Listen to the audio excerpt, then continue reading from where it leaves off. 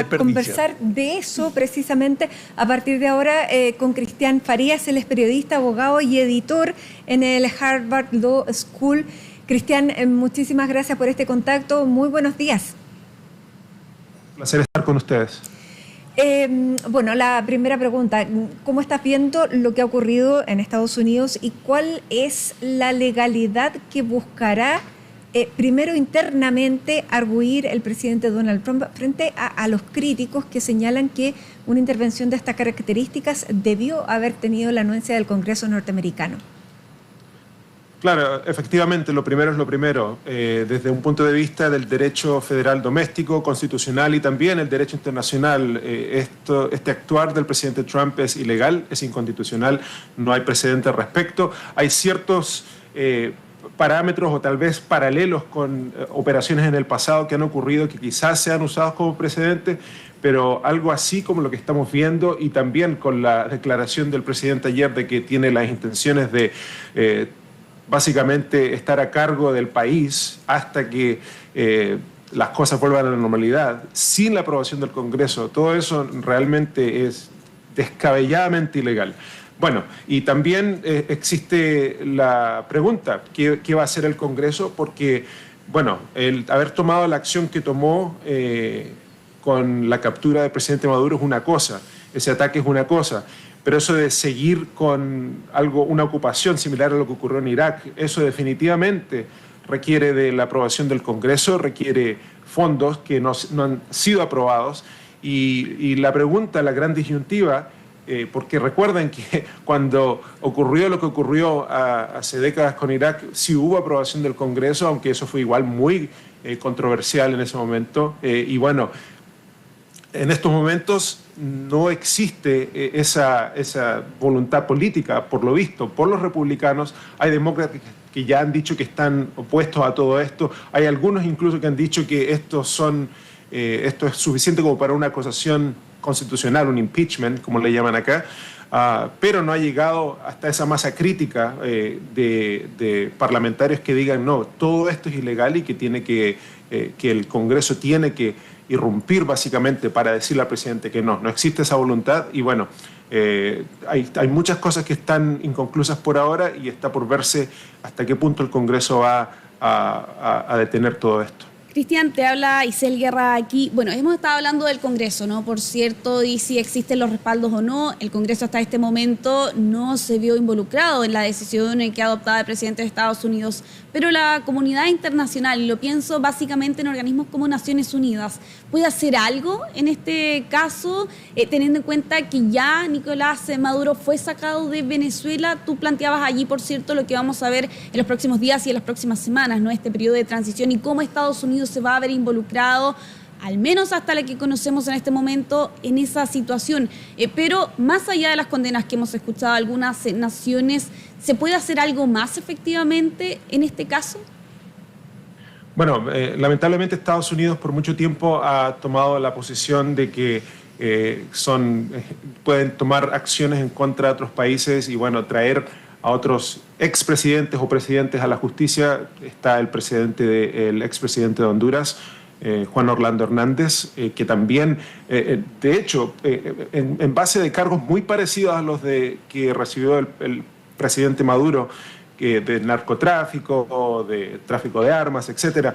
Y bueno, ya existe ese precedente y bueno, ellos están tomando la posición. Interesantemente, no se están basando, el gobierno de Trump no se están basando mucho en el derecho internacional, como que no le están poniendo mucha atención, se están basando en las leyes federales domésticas, que él ha sido acusado penalmente en este país, que él es un fugitivo de la justicia. La ley y también Rico, ¿no?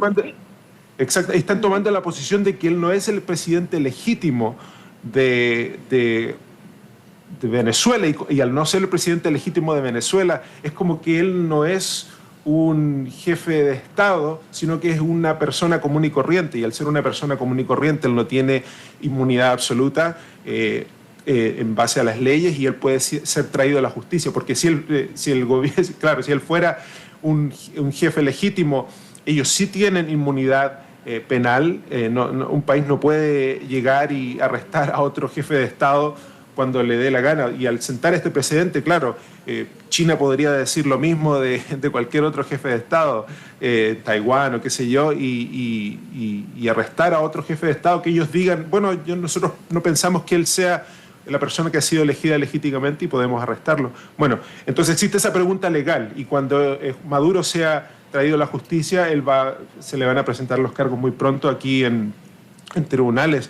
Yo estoy seguro que sus abogados van a hacer esos argumentos y el juez que está a cargo del caso va a tener que tomar la decisión, que es una pregunta legal, si es que el presidente de Venezuela es o no un jefe de Estado que merece esta inmunidad absoluta que los jefes de Estado reciben, pero eso está por verse todavía.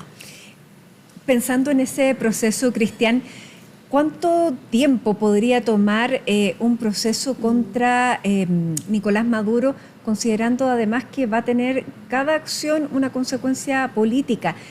Primero, tú bien lo decías, podría partirse con la definición, si efectivamente es un presidente, luego la formulación de los cargos, qué es el narcoterrorismo, cuál es esta organización que Estados Unidos dice que lidera cuando es una organización que para muchos existe solamente en un ideario.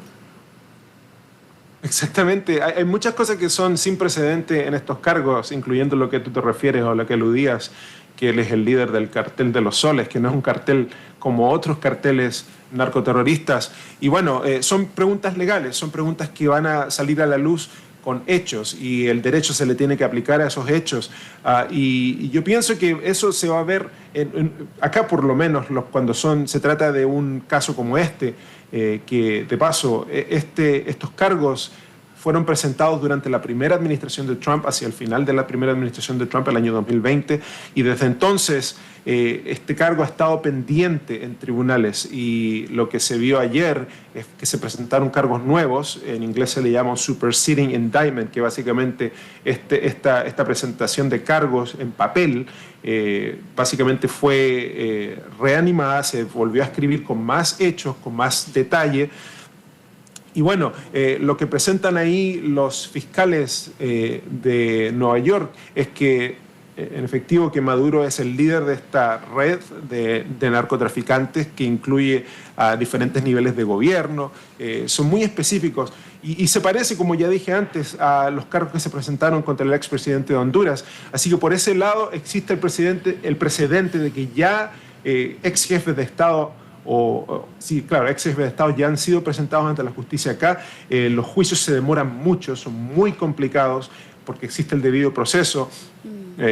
Y voy a hablar en un rato acerca del debido proceso, que es algo muy interesante en cuanto a Venezuela, que tiene que pasar por una serie de etapas, y estas etapas tienen que cumplirse al pie de la letra, y va a ser en esa etapa, previo a cualquier tipo de juicio, en el cual los abogados de Maduro van a presentar una serie de argumentos en cuanto a que esta presentación de cargos es ilegal, que él fue arrestado ilegalmente y que todos estos cargos tienen que ser desestimados y que él básicamente tiene que ser librado, tiene que ser devuelto a Venezuela. Falta mucho para eso, pero ya existe el Tribunal de Nueva York, aquí el Southern District of New York, que le llaman.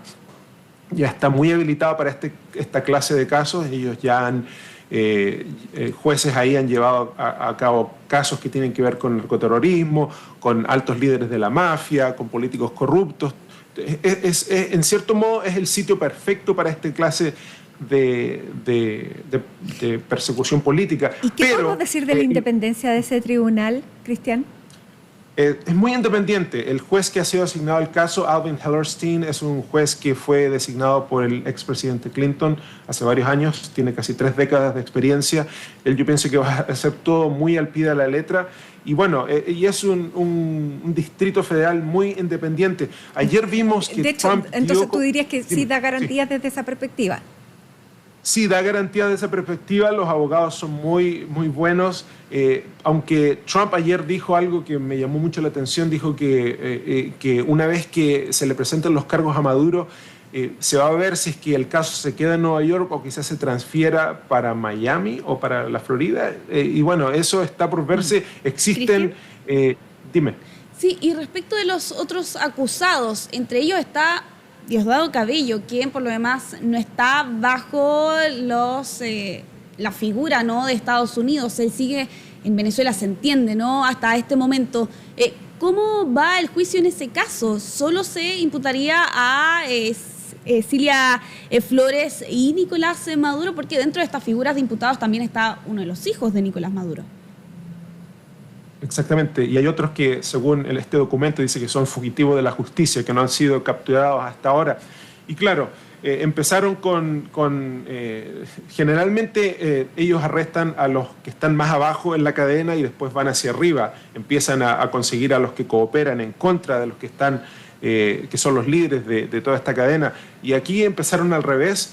Pero bueno, esto va a algo más profundo, que es que Estados Unidos ya hace tiempo que ha tenido una vendetta en contra de Venezuela. Es muy interesante que desde el principio de la administración de Trump, Trump ha eliminado las protecciones para muchos venezolanos que han sido expulsados, que quiere deportarlos.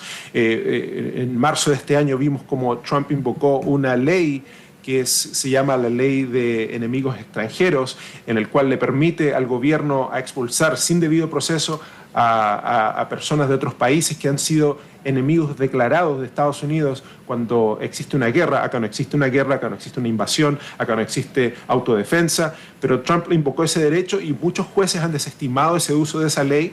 De hecho, hace un par de semanas un juez ordenó que los más de 250 personas venezolanos que fueron expulsados del país y fueron llevados a El Salvador ilegalmente, sin debido proceso, que ahora se les debe dar ese proceso, y si es que no se les da ese proceso tienen que ser devueltos a Estados Unidos.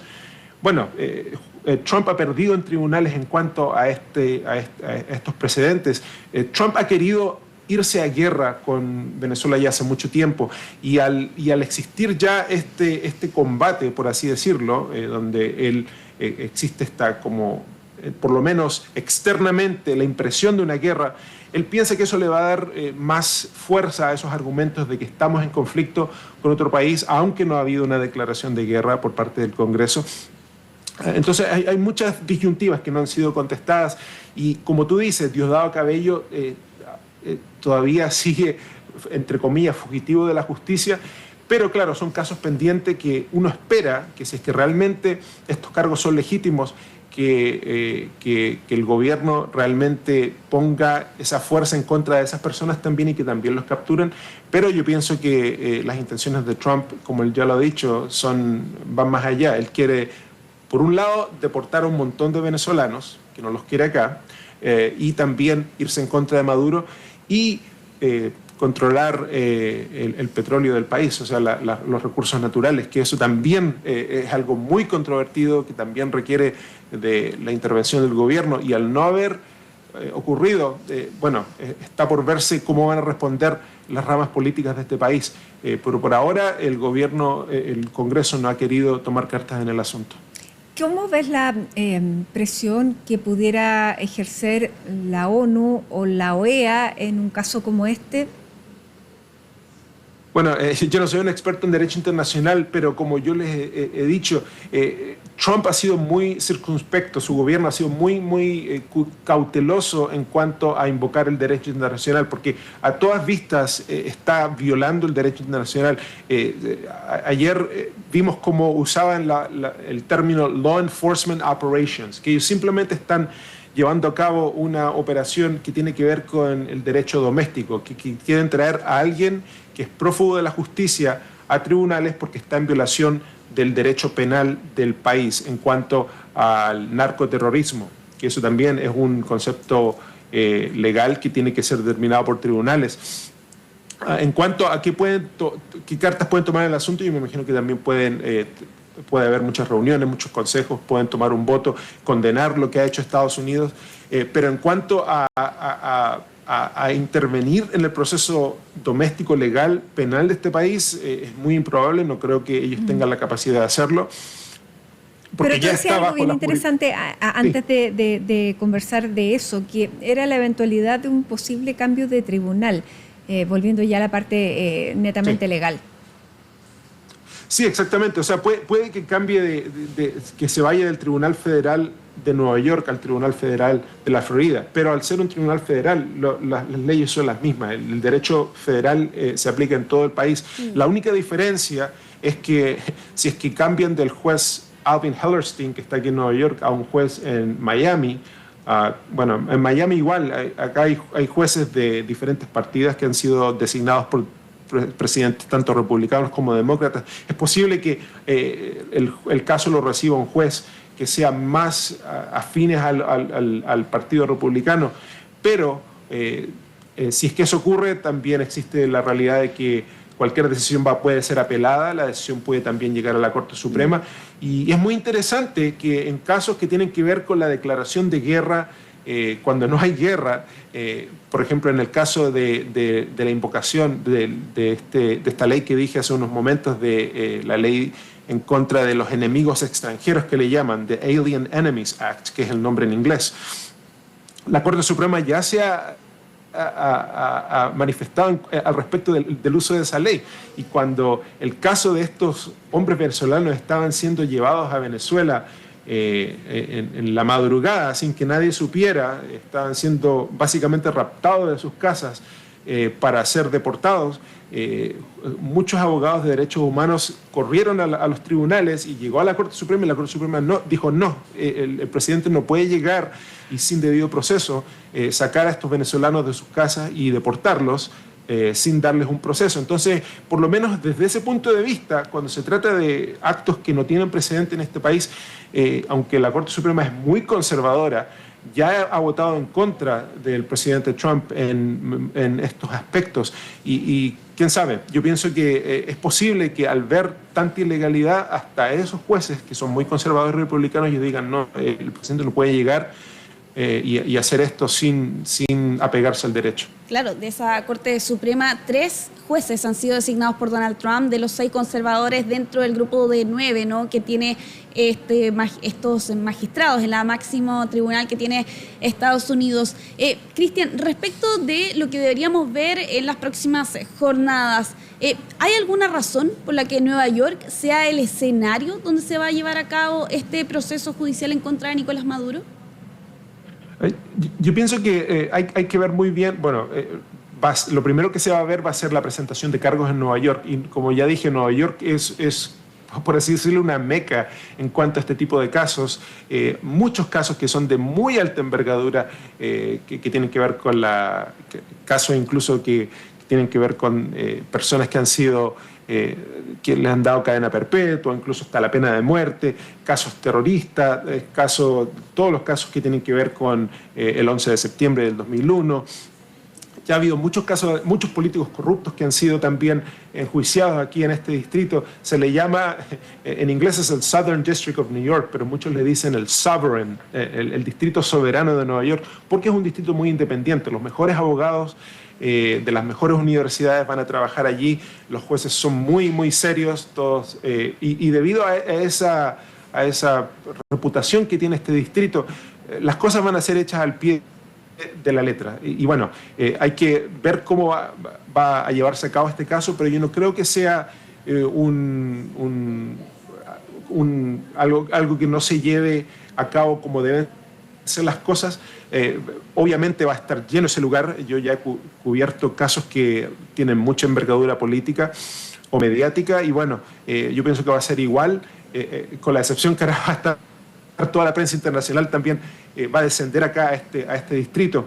Pero bueno, yo pienso que hay que ver bien cómo se van a llevar a cabo estos procesos previos al juicio, pero una vez que se le presenten los cargos a Nicolás Maduro, él va a ser detenido, es muy claro que él va a quedar en prisión preventiva hasta que sea el juicio en sí, pero van a haber muchas, como le llaman, mociones que se van a presentar para tratar de que el juez desestime los cargos, incluyendo lo que dije ya, de que él sigue siendo un jefe de Estado, aunque claro, se le acusa de que él intervino en las elecciones previas y que es ilegítimo. Pero al ser jefe de Estado, al haber tomado el juramento, al seguir al ser el líder de las fuerzas militares en Venezuela, él es el jefe de Estado de Venezuela, aunque claro, a muchos le acusan que él lo haya sido ilegítimamente, pero el juez va a tener que tomar esa decisión, si es que él tiene o no esa inmunidad absoluta que tienen los jefes de Estado. ¿Y hay detalles sobre cómo debería llevarse a cabo ese juicio? Lo pregunto desde la ignorancia legal que existe en Estados Unidos, al menos de mi parte, sobre cómo va a funcionar exactamente ese proceso. ¿Vamos a ver un jurado compuesto por civiles, por ejemplo? ¿O en este caso, debido a los cargos que está enfrentando y que se van a presentar en contra de Nicolás Maduro, no rige precisamente ese sistema o ese proceso? Va a regir ese sistema, va a regir ese proceso. Al ser traído a la justicia acá, todos los derechos procesales que tienen las personas de a pie, común y corriente, los va a recibir Nicolás Maduro. Recuerden que el gobierno de Trump dice que él es una persona común y corriente, él no es un jefe de Estado. Entonces, todos esos derechos él los va a recibir. Si es que Nicolás Maduro piensa de que su arresto fue ilegal, existen mociones que pueden presentar los abogados acusando de que sus derechos como persona, sus derechos de privacidad fueron violados al haber sido sacado de su casa sin debido proceso. Y bueno, sí va a haber un juicio conjurado, pero hay que advertir de que todo esto va a ser muy largo. Yo no veo un juicio por lo menos en un año o más de un año, porque como este proceso previo es largo, bien específico y es tan complejo que van a haber los abogados se van a pelear mucho a cómo tiene que proceder este caso, si es que procede hasta ese punto. También existe la posibilidad, si es que, no sé, tal vez Maduro pueda tomar la decisión de que él no quiere pasar por todo esto, no quiere, qué sé yo, todo este circo mediático, él puede declararse culpable, como cualquier persona tiene el derecho acá, con la posibilidad de que si es que él se declara culpable, eso puede acortar el proceso, lo puede hacer más corto y también puede acortar la pena, porque cuando una persona se declara culpable es como que ellos están cooperando con la justicia. Entonces, no sé si es que Maduro tenga eso en mente, pero existe esa posibilidad también. ¿Y una pena, cuánto podría arriesgar con los cargos que se le están imputando? Eso también es algo sin precedente, claro. Al ser cargo de narcoterroristas, hemos visto que en el caso previo ya de Juan Orlando Hernández, que él básicamente iba a morir en prisión, eso es claro. No va a haber pena de muerte porque, claro, eso no es este tipo de caso. Pero al ser el líder de una red de narcotráfico, supuestamente, eso acarrea muchos años de pena en cárcel. Se espera que él podría morir hasta en prisión, pero claro, en cuántos años no sabría decirte específicamente, pero si es que el precedente del previo caso es nuestra guía, eso es lo que se espera, que él muera en prisión. Y la última pregunta, porque ya es más desde, no sé si de lo anecdótico, pero se ha hablado mucho de esta prisión de Brooklyn que tiene características tan duras. ¿Es una caricatura o tú la definirías efectivamente como un infierno en la tierra, como han dicho? Sí, bueno, es un recinto federal, no es un recinto perfecto. Lamentablemente las cárceles en general tienen condiciones paupérrimas en muchos lugares. Durante COVID estos mismos recintos recibieron muchas críticas y bueno, no es que sea el lugar perfecto, pero es mejor que la cárcel de Rikers, que es la cárcel de Nueva York, que es la cárcel local de Nueva York, que queda en una isla. Y bueno, me imagino que él va a estar en una área de este centro de detención que es para personas que son de alta envergadura. Y bueno, no es que lo vayan a proteger más, pero sí, él va a ser tratado como cualquier otra persona que ha recibido este tipo de cargos. Y bueno, está por verse si es que lo transfieren a otro lugar, quizás donde haya menos atención mediática. Pero en cuanto a la jurisdicción, cómo funciona este sistema, se espera que él va a estar allí y va a tener que ser tratado como cualquier otra persona. Muy bien. Cristian Farías, periodista, abogado y además editor en Harvard de Law School. Muchísimas gracias por este contacto y por darnos tantas luces respecto a un proceso del que teníamos pocas conocimiento, pero que nos vamos a tener que empezar a interiorizar a partir de ahora. Así que muchísimas gracias. Gracias y feliz año nuevo. Felicidades. Chao. Bueno, Isela, hacemos un alto a esta hora cuando faltan 19 minutos para las 10 de la mañana, una jornada bastante fría en la región metropolitana, de acuerdo a lo que veníamos llevando los últimos días. Hay 15 grados, hay bruma en el sector centro-sur de la capital. Hacemos un alto, se esperan 26 grados de temperatura máxima solamente respecto a las últimas máximas que habíamos tenido. Hacemos un alto con esta información y ya regresamos con el análisis, las novedades respecto a todo lo que está ocurriendo en torno a Nicolás Maduro, Venezuela y Estados Unidos.